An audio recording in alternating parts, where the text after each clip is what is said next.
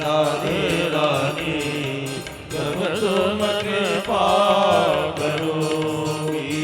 राधे रानी कब तुम कृपा करोगी। राधे रानी कब तुम कृपा करोगी। राधे रानी कब तुम कृपा करो। कब तुम कृपा करो। कब तुम कृपा करोगी। राधे रानी कब तुम कृपा करो। बोलिए भक्त वत्सल भगवान की जय हो। अब हम लोग कथा की ओर चलें। आप कहेंगे अभी क्या हो रही थी। अगर अब कथा की ओर चलें तो अभी तक क्या कर रहे थे। देखो अभी हम लोग सत्संग कर रहे थे। यह मन कैसा है तो कहते हैं जैसे लोहा को आपने देखा है, आयरन। लोहा कैसा होता है, बोले कठोर होता है ना। लोहा को आप औजार जल्दी नहीं बना सकते। बना सकते हैं? नहीं बना सकते। लोहे को सर्वप्रथम लोहार जो लोहे का काम करता है पहले क्या करता है, बात ना करे, पहले उसे गर्म करता है आग में डाल करके। और जैसे ही लोहा गर्म हो जाए और अब पिघलने वाला हो, मुड़ने वाला हो, फिर उस पर हथौड़ा चलाता है ना। जो जैसा औजार बनाना हो वैसा बन जाता। उसी प्रकार हम सब का मन लोहे से भी अधिक कठोर है। इन मन को जबरदस्ती भगवान में लगाने की आवश्यकता है, जल्दी भगवान में लगता नहीं है।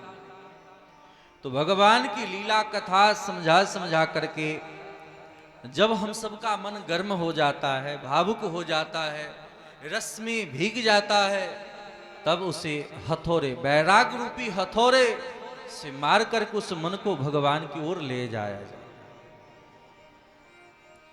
जैसे भगवान राम मिथिला की ओर जा रहे थे और सामने देखा है कि गौतम की पत्नी अहिल्या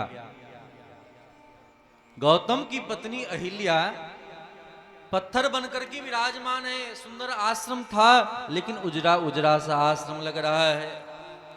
भगवान राम ने पूछा है, गुरुदेव ये शिला कैसी है, विश्वामित्र से। जब गुरुदेव विश्वामित्र ने सुना तो समझाए हैं कैसे कैसे श्राप मिला, कथा सुनाए हैं। अस प्रभु दीनु दयालु हरि कारण रहित दयाल। तुलसीदास सठता ही भजू छारी कपट जंजाल। गुरुदेव अहिल्या के बारे में कथा सुनाए कि पति ने श्राप दे दिया, हे राम ये अहिल्या आपके चरण रज को चाहती है।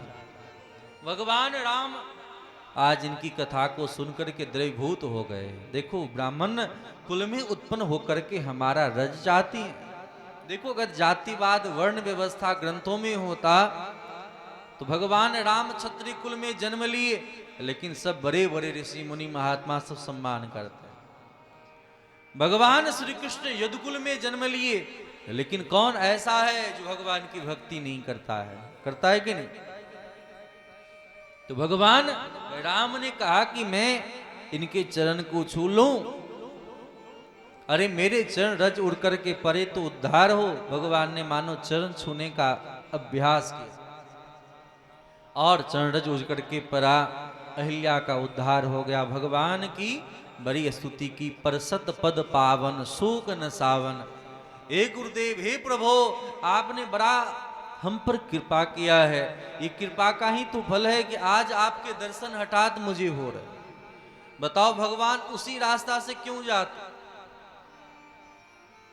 तो जब तुलसीदास जी महाराज कथा गान कर रहे हैं, अहिल्या के उद्धार की बात, तुलसीदास जी को मौका मिल गया और कहते हैं अस प्रभु दीनु दयालु हरि कारण रहित दयाल तुलसीदास सटता ही भजो छारी कपट जंजाल।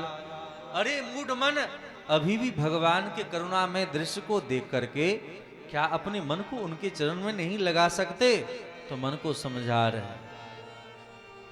तो सत्संग और कथा में क्या अंतर है पता है? सत्संग और कथा में क्या अंतर है? सत्संग आपको जगाता है और कथा आपको सुलाता है। कथा सुलाने का काम करता है। आप हाँ इस प्रकार की लीला हुई, ये लीला हुई, इस कहानी को सुनते जाओ, अपने मन को भगवान में लगाते जाओ। सत्संग में आपको बुद्धि की जरूरत है, विवेक की आवश्यकता है। जो कथा कह रहे हैं वहां आप अपने मस्तिष्क को लगाओ। सत्संग विवेक प्रधान है और कथा भाव प्रधान है, प्रेम प्रधान है। प्रेम में सिर्फ सुना जाता है, सुनते जाओ सुनते जाओ, जहां बुद्धि लगाने की कोई जरूरत नहीं है। आप वक्ता जो कह रहे हैं सुनते जाओ, रस में डूबते जाओ। लेकिन सत्संग में अगर आप सुनते गए, अपने बुद्धि को नहीं लगाया तो काम नहीं चलेगा। विवेक को जगाना होता है, तो जगाने का काम सत्संग करता है और सुलाने का काम कथा करती है। तो अब हम लोग कथा की ओर बढ़े। बोलिए भक्त वत्सल भगवान की जय हो। कल की कथा में हम सब ने भगवान श्याम सुंदर के दिव्याति दिव्य लीला को जाना कि भगवान इस धरातल पर अवतार क्यों लेते हैं। पहली बात तो यह समझना है, अगर यह कहें कि भगवान धरातल पर अवतार लेकर के केवल कंस वंचनादि राक्षसों का वध करने के लिए आते हैं, मारवे के ताई आते हैं, तो भगवान की इच्छा शक्ति से ही राक्षसों का वध हो सकता है। भगवान को आने की आवश्यकता नहीं है। फिर भगवान क्यों आए? इसका कारण है भगवान श्री रामा अवतार में, वामना अवतार में जितनी लीला भगवान करते हैं, वहां के जितने भी भक्त परिकर हैं सब भगवान से प्रेम करते हैं। भगवान राम जब दंडकारण्य में गए और भगवान सुंदर लीला कर रहे हैं और जिन लता पता को देख रहे हैं, जिन ऋषि मुनि को देख रहे हैं, सब भगवान को प्राप्त करने की अभिलाषा करने लगे। भगवान हमारे पति बन जाए, भगवान से हम प्रेम करें। क्योंकि सबने सुना है कि भगवान जिनको छूते हैं, जिस पत्थरों को, वह स्त्री बन जाती है।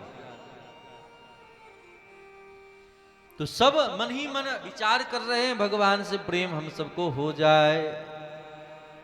और सबने एकांत पा करके भगवान से प्रार्थना भी किया, प्रभु मुझे स्वीकार कर लो। दंडकारण्यवासी, मिथिलापुरवासी, उन सबों को भगवान ने आशीर्वाद दिया कि द्वापर में जब मैं अवतार लूंगा उस समय आप गोपी बन करके हमारे प्रेम को स्वीकार करना, आपके प्रेम के भाव को मैं पूरा करूंगा। भगवान जब मत्स्य रूप धारण करते हैं तो मछलियां, जितनी भी जलचर जीव हैं, सब भगवान श्याम सुंदर से प्रार्थना करने लगते, प्रभु मुझे स्वीकार कर लो। तो भगवान उन लोगों से भी कहते हैं कि द्वापर में अवतार लेना। उसी प्रकार भगवान वामन जब सूतल लोक में गए और सूतल लोक में बलि के स्वागत सत्कार को स्वीकार किया, उनके सत्कार को देख करके सूतल लोक के निवासी सब भगवान से प्रार्थना करते हैं, प्रभु आप मुझे स्वीकार कर लो। जहां जहां भगवान गए उन सभी स्थलों पर सबने भगवान की प्रेम की याचना करी। तो भगवान ने कहा कि देखो मैं द्वापर में अवतार लेकर के एक साथ सबकी इच्छा को पूरा करूंगा। तो आप जो कथा में सुनते हैं गोपी शब्द, गोपी का मतलब क्या है? गोभी, गो का मतलब होता है इंद्रियां, गो का मतलब इंद्रियां, गोभी इंद्रिय भी कृष्ण रसम पिबती, जो इंद्रियों को भगवत कार्यों में भगवान के